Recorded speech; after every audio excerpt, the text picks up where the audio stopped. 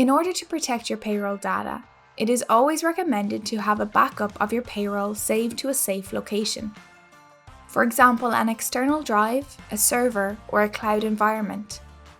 This ensures that your payroll data is saved elsewhere and can be reinstated if you suffer a PC breakdown or crash.